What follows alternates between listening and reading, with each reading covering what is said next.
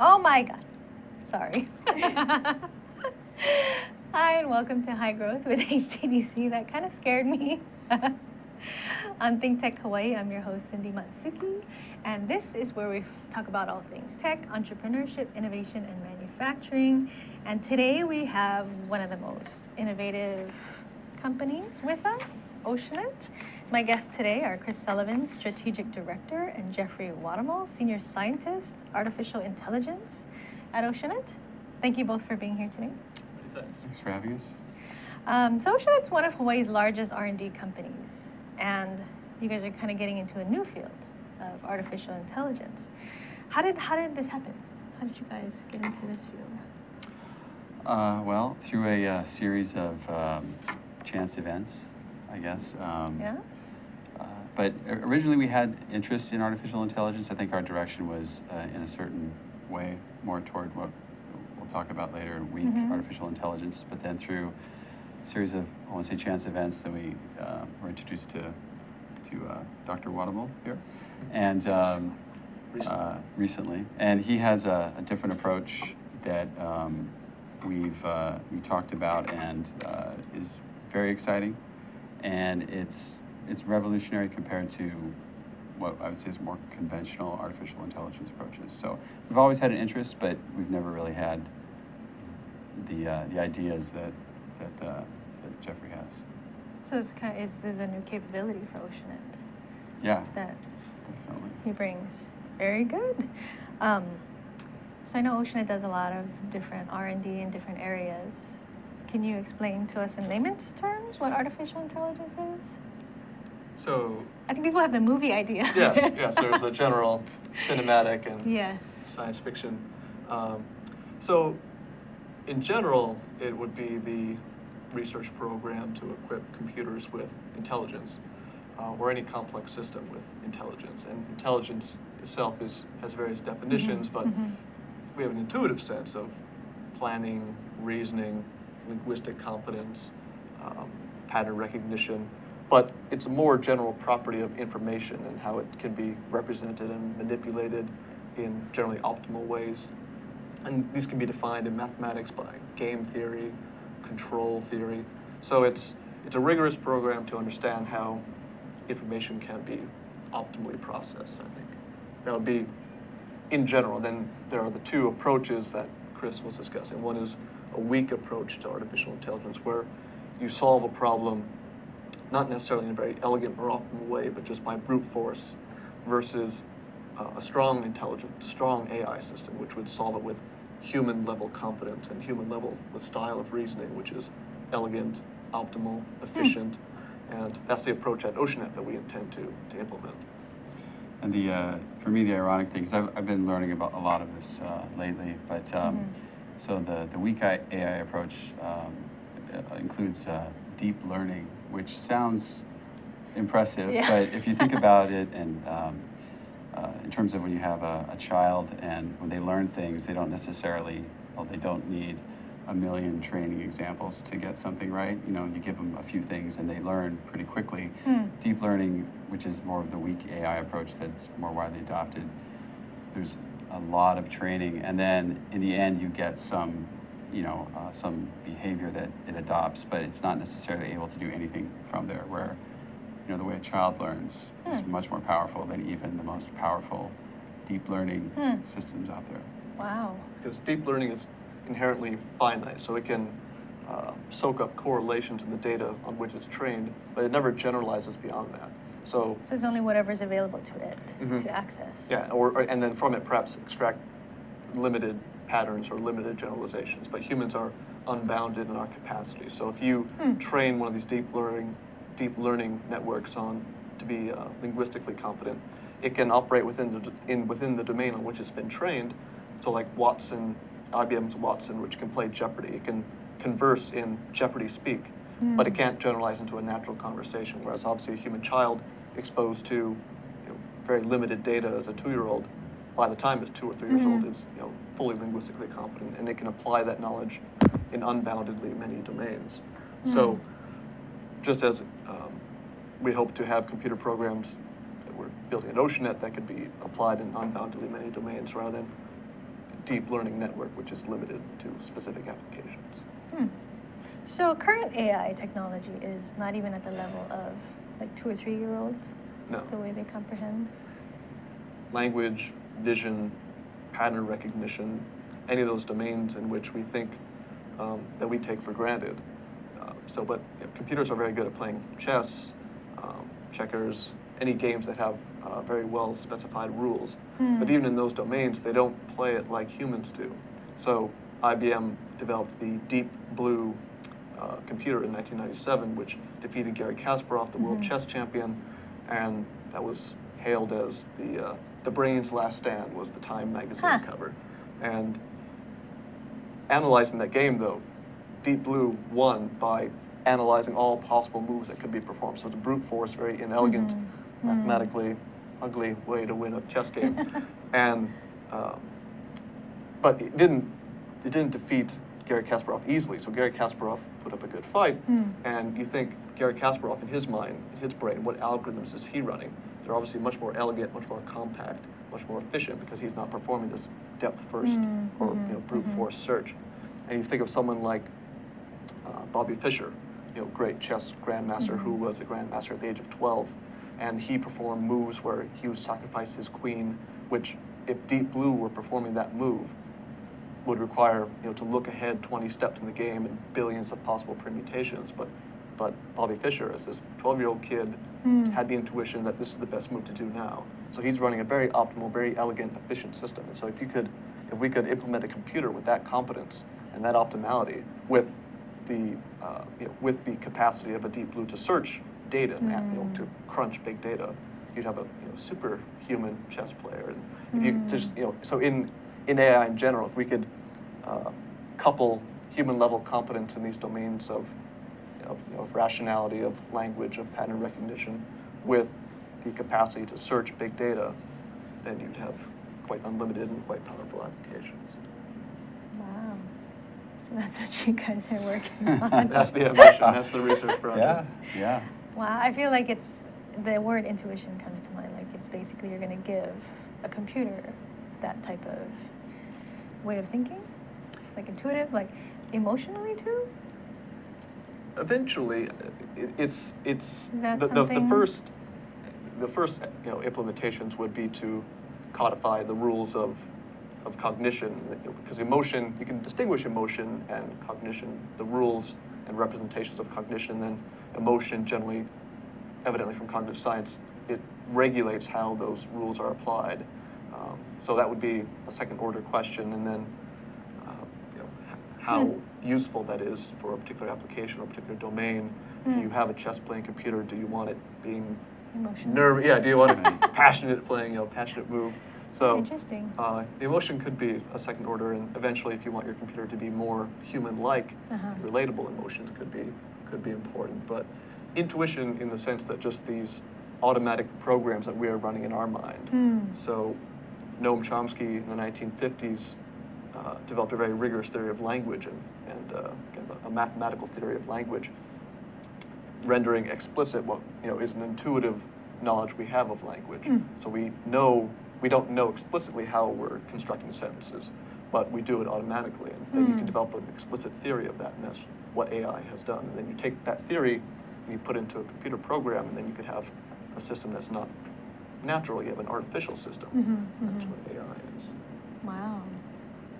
And what area of AI is OceanNet going to focus on? Well, there's a really large number of applications, but we're trying to focus to some degree on the strong AI applications. So I brought up the example before, like the cruise control.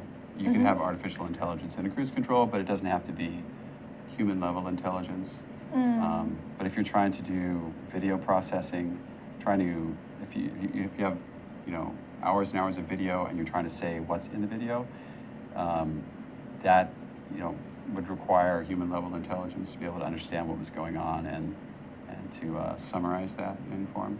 So the ones that require that human style intelligence, and there's a lot of them. I mean, even interfacing with Google right now, do keyword searches, Mhm. and it gives you pages where they occur, but Mhm. you can't really ask it a question, have it understand, and have it give you an answer. It can, even if it understood your question, it would probably just give Give you you documents references. that you could read. But the idea would be that you could, with this understanding of language at the mathematical level Mhm. and how your brain works with language, you could go through and gain understanding, or the artificial intelligence could gain understanding from the texts and make generalizations, make statements from that, conclusions, inferences. Wow. So it could be really powerful, like you were talking about medicine and. Because you think of the big data that's out there, all the studies, all the scientific literature, all the observations that have been recorded in text and graphics and all the big data. And if you had, if your system had access to that, and you could query that system, so you Mhm. could, if your AI system could access big data, you could query it, pose a question to it in natural language, not a keyword precisely, and you ask it a question, and it could not really recover a keyword in a document, but it could analyze that data as a human would, Mhm. and from it generate an explanation. So, for instance, Mm. if out there in the data there is sufficient evidence that someone could, if given that data, properly formatted, could construct the theory. Mhm, mhm. So you could imagine posing the question to the AI, what is the unified theory of physics? Because there's the standard model of physics, and general relativity and quantum mechanics, but at present they're not unified, but physicists are keen on the theory of everything, which unifies those two. So you could ask the AI, so what is the theory of everything?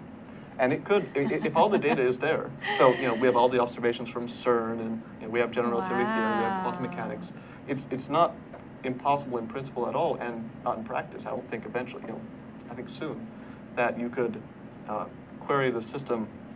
It would search the big data, and we have ideas too on how to optimize search in terms of how a human performs a search. The AI could perform a search of the big data, and from that generate an explanation. So not really returning a keyword or a document or even a sentence, but generating something that's not explicitly given in the data that is searching. Mm. It's there implicit, Mhm, just like a scientist analyzes nature. There's there's nature is a set of data. The I can scientist. see a huge market because there's so many companies that are looking for data analysts. And I Mhm. could see something like that. Because I know everybody's just collecting prolific amounts of data, but you need somebody who knows what to do with it to actually make it useful, right? So Mhm. is that, I could see Yeah, what you're and offering would in be medicine too. something So like that. all the scientific and medical studies are conducted, for diagnosis as well. Is there, all the possible compounds for drugs that exist out there are described in the literature. You ask the AI about it, and it can, put together possible combinations Hmm. of what would be effective drugs, and so yeah, I mean, the possibility. So Yeah, I mean, this generates knowledge, and so to the extent that you can obtain the knowledge from it, of course, then the applications would be unbounded. And there's efforts right now within medicine to try to manage the large amount of publications out there, so Mhm. that people can more efficiently discover things or determine things. And so they're kind of approaching it from a different angle, where they're trying to standardize words, from this word shall from this point on be used in this sense, and when Oh, you I modify see, it with I this, see. it will mean this. And so they're trying to construct a Hmm. new language that will help that problem out. But Mhm. then if you approach it from this direction, then You won't need to. you do won't that. need to, because it'll discover the relationships based on all of the things it can even train on, Hmm. about what things mean, how to interpret. So it could solve that problem as well. And I like to think of it, this Star Trek analogy, because Star Trek. the way they talk to their computers is sort of the way I would like to talk to a computer, and say, Mhm. even like come up with a theory for why this is occurring, and Mhm. can help narrow it down. Maybe it would just solve the whole problem. Maybe it would be an interactive thing, but, Hmm. Or even Hmm. even if it doesn't solve the problem. I mean, so with Star Trek, at Oceanet, Star Trek is very apposite for our discussions. So even if the AI could not solve your problem, it could be a consultant, something you could bounce ideas off of. So Captain Kirk is often just asking for an analysis or a speculation from Spock. So if you had an AI that could at least engage and prompt, it could pose questions to you, and you could pose questions to it, and possible hypotheses are discussed. So it's like working with a smart colleague. That's how you can yourself generate new ideas. So it wouldn't really just itself be generating new knowledge, but it would enable the user to generate knowledge as well. Wow. So those are good examples of what the potential is. When could we expect to see some of this stuff? Like what stage is your research in? It's in the developmental stage. So I think we were just talking about this earlier today, but the basic concepts are there. I think the mathematics of it is proven. And the stage we're at now is in writing code to perform different functions. But in a sense, it's like when they invented the first computer. Once the basic concepts for the architecture were understood, then things could roll out faster from that, and you could expand from that. So for me, I look at it as almost an exponential growth. The first steps are slower, and as those concepts are codified, I guess, in code, and then but it'll be exponential after that. So the early stages, though, it's proven, but it needs to be coded up, basically. And some further elaboration, and because we have a theory of particular domains of cognition and some of the rules and representations, but we don't understand fully yet how the mind and the brain work. But so yes, I think working concurrently on coding it up and also on the theory, they'll be mutually reinforcing. I mean, so Alan Turing, the chap that really established the mathematical foundation of modern computer science and artificial intelligence, he thought that the interest, or for him, he said the interest of building thinking machines is that it may enable us to understand how we think ourselves. So I think that just by trying to code up this computer, we'll learn more about the human level of cognition that we're endeavoring to code up. That's crazy. It's fascinating. It is fascinating. It is fascinating. Sounds almost impossible, but All the interesting questions are. that's what Ocean is known for, doing the impossible. So, on that time frame, me as a consumer, when would I expect to see something like in that realm, like a strong AI type application come out? Some of the projects we are working on have projections of 5 years, 10 years. So I think, So pretty soon. yes. Yeah, I think some of this, for me, some of the more elementary parts of it, or the foundational parts of it, can be out. Well, there's a timeline to get things into the consumer's hand. So as a pre-consumer, give you a free preview. All right. On a sooner time scale, I think, where you're doing basic things and trying to just where you can say something and have it understood by the computer, correctly understood. So there's programs online to try to understand what you're saying. They're easily in error. So that the basic functionality of being able to ingest your question and understand the basic parts of it, I think it won't be that long off. Because it won't have to do the repetitive learning process, is that? Yeah, and to me, there's if you compare it to when you're learning language as a child, I think you start off learning some, you apply those rules to everything, and you may incorrectly state things, and it takes a while before you're fully competent. And even I have to have a dictionary when I'm talking to Jeffrey, so I'm still not there. So there's going to be a curve, I think, but the exciting basic functionality, I think, is not too far around the corner, and then from there, I think it should grow It's just going to rapidly. grow exponentially. Yeah. How scary. So that kind of leads us into my next question. So earlier this year, some really famous scientists and engineers voiced some concerns about AI and where it's going and what that means to us as a race, as a species, I guess. So what are your thoughts on that? Like, I know This is a frequent discussion we have. I bet. Even at our weekly company meeting, I was discussing AI, and that was a question. Everybody's like, so Yes. are we going to ruin the world? That's piled into an hour discussion and debate, spirited debate. So Elon Musk, Bill Gates, Stephen Hawking have had discussed that it is a reasonable concern to have that if strong AI is realized, and they don't say if, they say when, because it's not impossible. If it's not inconsistent with the laws of physics, and we have it's going to happen. Yeah, we have good theories of cognition in the brain and computer science. It will occur, and so this could be equivalent to us in intelligence, but also could be superior to us in intelligence, because any machine that is even smart enough to design a human level competence could perhaps improve itself, and then there'd be this recursive process of exponential improvement, so it could be super intelligent. And so if there were a super intelligent system, could this be, it is, and they'd say it would be the largest event in human history, civilization. So would it be for good? Would it be for evil? Yeah, so will it be Terminator, HAL, exactly. every Cyberdyne. movie virtually? Ocean's going to be Cyberdyne. Yeah, Skynet, yeah, precisely. Or would it be, will it be benevolent? Very few, very limited examples in science fiction of benevolent AI. It's not as interesting. Yeah, no, it's not as interesting. It'd be rather boring if they were just contemporary. But so it's a reasonable concern. I think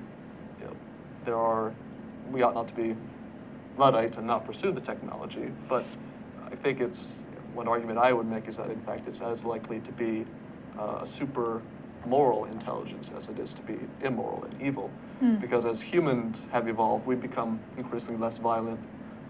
As we've applied our logic and rationality, we've expanded the sphere of agents whose interests we regard as equal to our own. So obviously, hunter-gatherers but that's taking us years. Oh, indeed. But then if you think that this AI is evolving at an exponential speed, exactly. its evolution would be compressed into seconds. So it'll go either way really fast. Yes. That is the idea of this singularity. So that's one. So this event, I'm just curious, do you see this as like a momentous instant event that happens, or is this something that kind of gradually occurs and difficult to project? So it's just I think that theoretically, hypothetically. I think there's going to be a gradual, increase in artificial intelligence to a point where there would be like this potential cascading. Because like he was saying, if the artificial intelligence has the ability to rewrite itself and improve itself, and it knows how to do that, then it'll do it at its own rate, on its own clock. But up till that point, there would probably be more gradual, where we're trying to apply, strong artificial intelligence to problems, and it also gets into the idea of consciousness. And but it's not necessarily independent. I mean, so it could be that we are interfacing with AI, with strong AI, as we are constructing it, such that there wouldn't be the evolution of intelligence surpassing us, but we ourselves would be evolving to a higher intelligence. Because, so for instance, even at Oceanet, we're interested in neural interfaces, so connecting and coupling aspects of our cognition to computers. So if AI is evolving and improving itself, it'd be improving ourselves. So there's numerous possible scientific science fiction scenarios in which it could become nonfiction. But it's interesting, and that is very interesting. Fun discussions. Very fun, kind of crazy stuff going on. But thank you guys so much for being here. It was super interesting talk. You're welcome. Thanks for having us. My guests today were Dr. Chris Sullivan, Strategic Director at Oceanet, and Jeffrey Wadamo, Senior Scientist of Artificial Intelligence. And we are on Think Tech Hawaii. This has been High Growth, and I'm your host, Cindy Matsuki. Thanks so much for joining us, and we'll see you in a little bit. Thanks. Here's the deal. I'm Jay Fidel. I'm the host of Hawaii, the State of Clean Energy, which is the Energy Policy Forum's program on Wednesday. That's how we call Wednesday Energy Wednesday. We call it Energy Wednesday every Wednesday. Are you surprised? Okay, and we try to get guys like Jim Alberts here from Hawaiian Electric who can tell us what's really going on in energy. We want to be informed. It's so important. It's the most important initiative in our state. Clean energy is major, okay? And that's why we cover it on this show. That's the deal. What do you think, Sharon?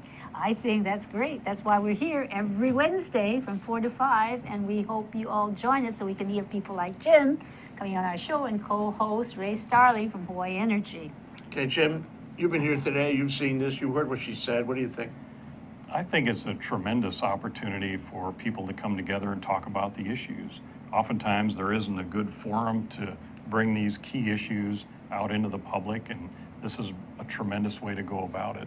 And the activity of this show is essential to keep talking about energy because, as you said, it's such an essential part of our lives that we need to pay attention to it and we need to think about the future. Okay, Ray, your turn. Well, this is a special time in the history of Hawaii where we're making some pretty radical changes in the way we use energy and generate energy.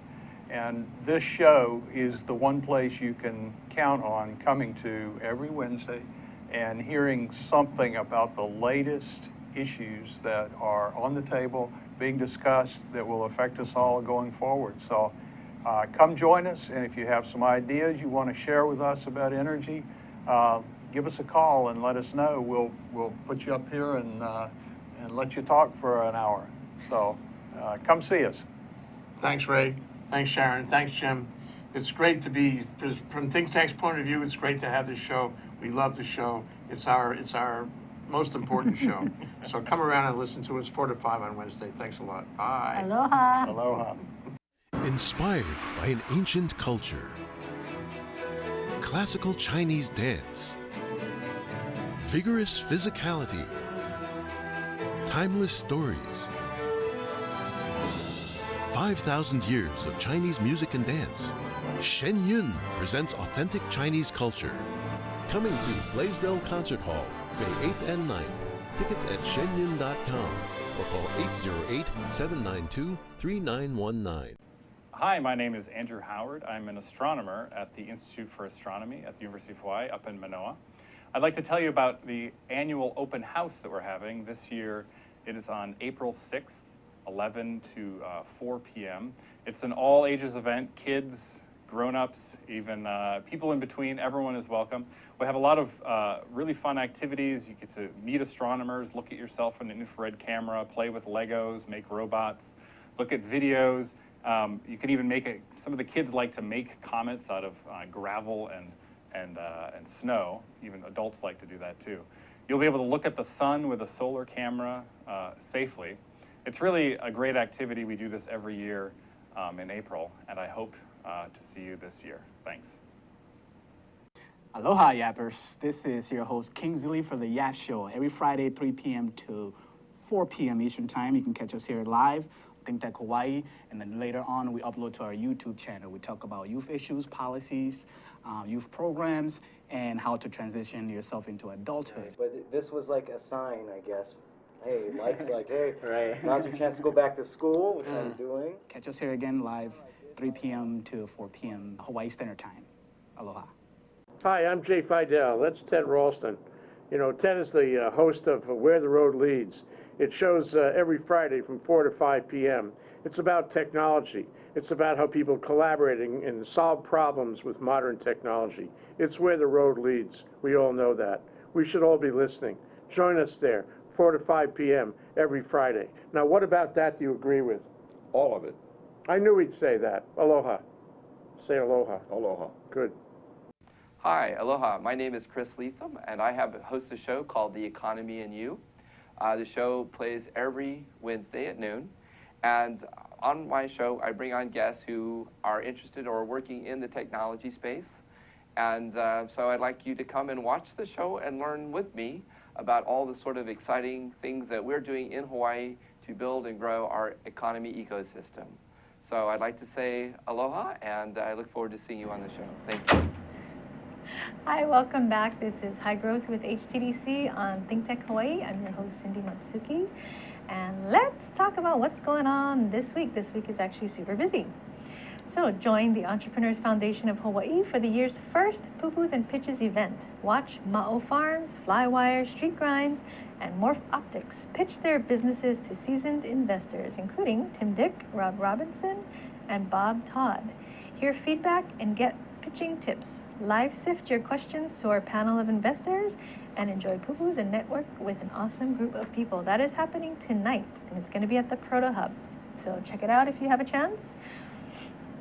This Thursday, March 26th, is HVCA's luncheon. Broadband. What we don't know about it could kill us. Sounds super dramatic.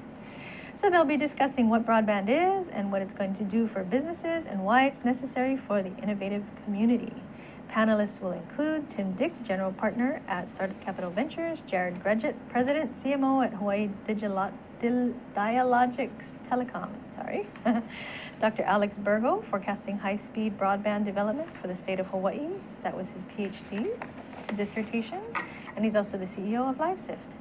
And lastly, David Cunningham, Managing Director at Global Virtual Studios. And I'm sure they need a lot of broadband as well, as they are located on the Big Island. So that should be an interesting talk that's coming up Thursday. And What Where Wednesday is coming up on Wednesday, April 8th. Don't miss it. We'll be having an extra special event to celebrate the graduation of 22 new software developers straight out of Deb Lake. That's going to be Wednesday, April 8th at M Nightclub. Our brilliant sponsors are Data House, Hawaii's largest IT and more consultants, and Rocket Communications, specializing in innovative user experience solutions. They'll be getting the first crack at hiring these software developers. Come and help us celebrate the graduation on April 8th, Wednesday at M Nightclub. So we're going to be moving on to our next guest who has recently launched a Kickstarter campaign. Yay! Our guest is Marlon Sarmiento, Hi. co-founder of Honu and Friends. Thanks so much for being here. Oh, thanks for having me. So this is a brand new company, just started? Yeah, we had the idea around November and we Wow. kind of just rolled with it. We're using AR technology to help children be engaged when it comes to education. So our first product is really an alphabet book. Oh, cool. And what it does is it utilizes augmented reality, like I said, to keep children engaged. And there's going to be additional features with that book. For example, there's going to be an audio file that'll phonetically sound out the letters. Oh, Yeah, that way, okay. you know, children can hear what they're seeing. On top of that, because of the augmented reality, the 3D is just really going to just boggle their minds. And And then, it'll be interactive too. They can do things. They'll touch it. It'll do stuff wow. and all that. Yeah. That's great because I think kids nowadays are just so used to being around gadgets. Yes, actually, they're Digital so everything. used with the iPads, Yeah, and yeah, this is exactly. something that just right up their alleys, and they're just gonna pick it up real quick. That's great. Yeah. How did you guys come up with the idea? Well, there's four of us, two cousins and two brothers, and one of them nice. came up with the idea to use augmented reality, and you know, we kind of just got to do together. something with it. Yeah, so we, Okay. me and my cousin Lance, we decided to just one day, wasn't even planned. We went to Ala Moana Yeah. and we just did a demo in front of some children, and we just Of got augmented reality. Yeah, yeah. Okay. And we started showing them, and the kids loved it. And then a lot of the parents were saying, "What could it do for our kids?" And then that's when we started realizing we Huh. need to make a book out of it. Oh, And there you go. That's awesome. Yeah. So Oh. we're starting off with the alphabets. Uh-huh. And then a few months from now, we're just going to start rolling out like math problems, things like that, geography, astronomy, you know.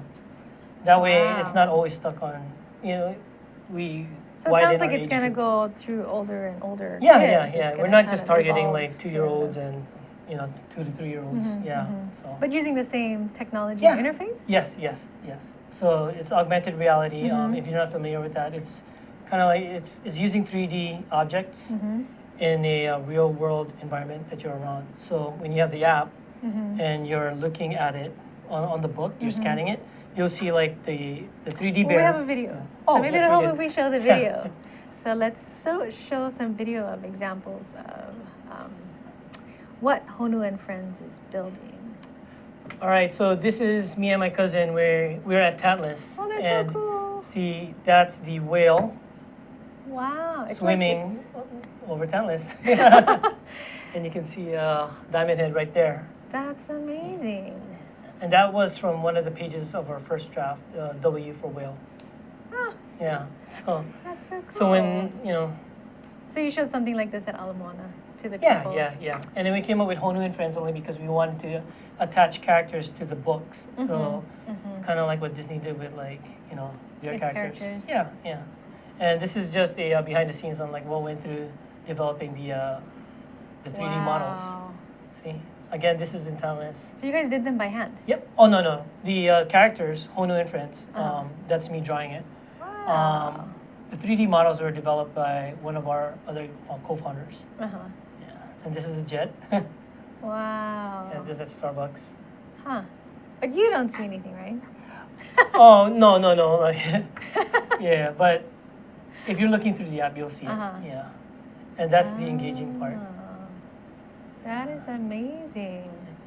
It's one of the kids. She's looking behind the phone. She's wondering where it is. That is the best. Yeah.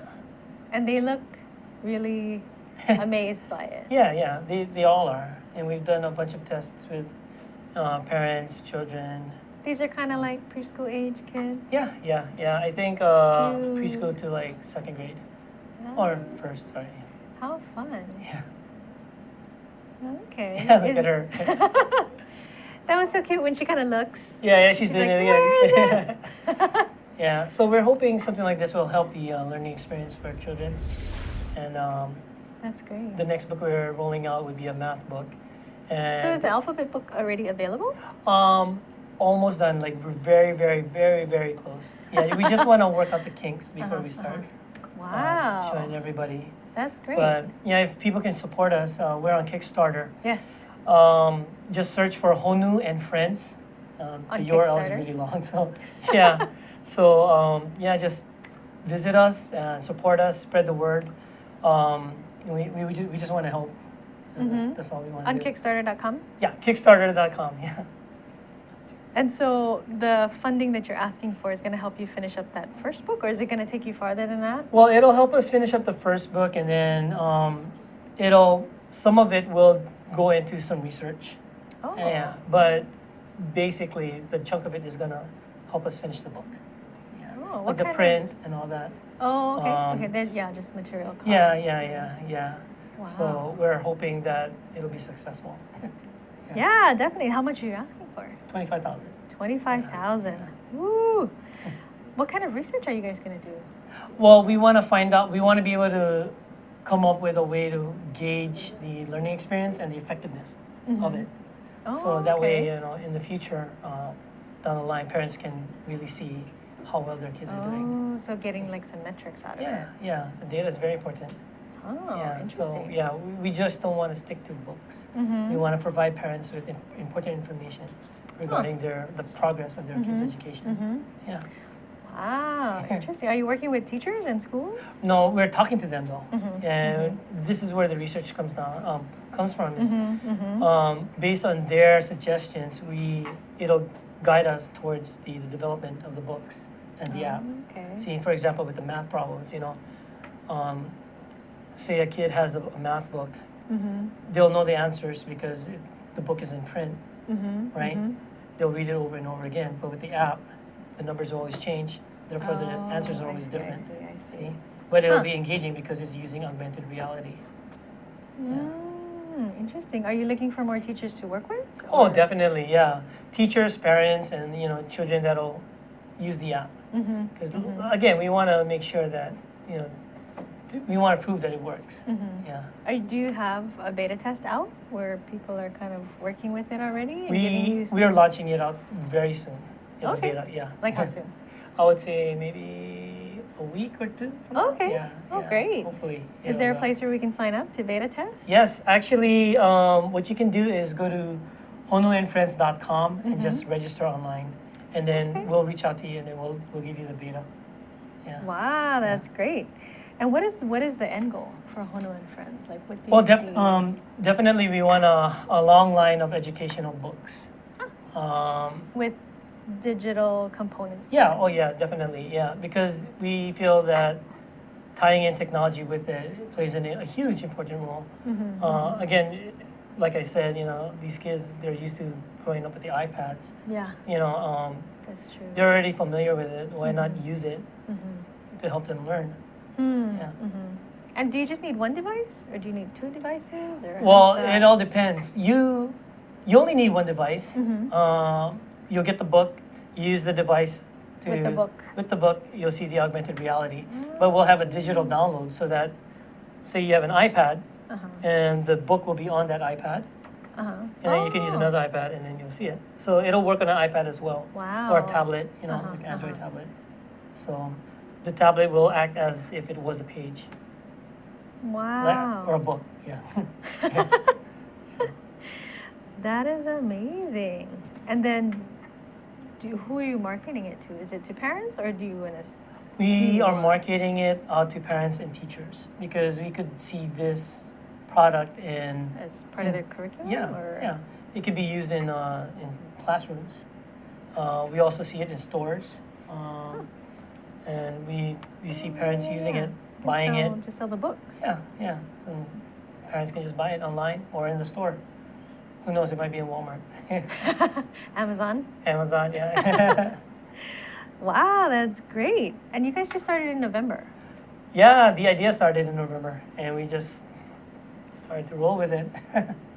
Wow, and do you build all the 3D models? No, it's Do one of our you- co-founders. His name is Raj. Wow, And then that is amazing. yeah, and then his brother and I are web developers, and my cousin Lance, he's a marketer. So we just decided to like work together. That sounds like a perfect team. Yeah, so That's far, yeah, great. we've been working really hard to get this thing out and see this come to be a successful thing.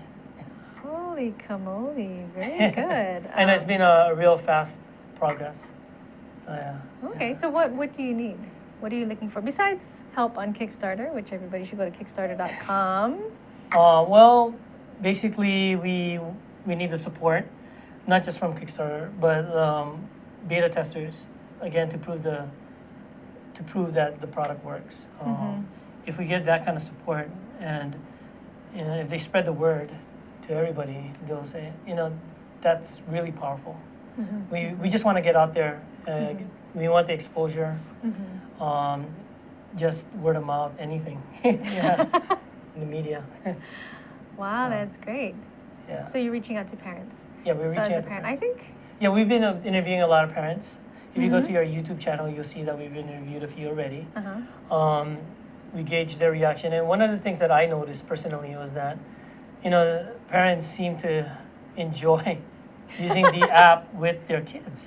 Oh yeah. Yeah, so it kind of, there's that element where it kind of has that family bonding kind of thing, which I didn't Versus expect just like to happen. leaving the kid with Well, yeah, the device. yeah. Right? Well, I kind of thought like maybe, you know, the mom or the dad would just leave them there and they just do their own thing. Yeah. But it seems like the parents got into it too. So I think that's, that's a even surprising, better. surprising thing. That a is. good surprise. Yeah. Yeah, that's great. Yeah. I think because it's so I think it's different. Unique, Yeah, it is. Yeah.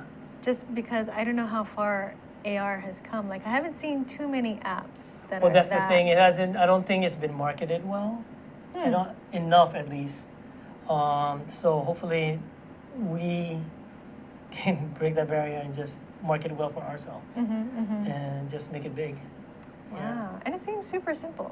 Like Um, you just need a oh, yeah, device, yeah. and it's like, and you can actually do it from a hard copy of. Yes, you can. Yeah. So Wow. you'll have a picture over there. The app recognizes the image and it tells it what to do. How does it do that? Is that code? Is that? Oh, that's programming. Yeah. Yeah. Wow. Yeah.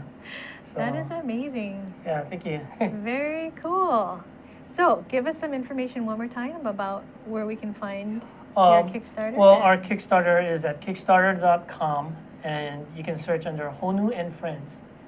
And then, yeah, just please show us your support.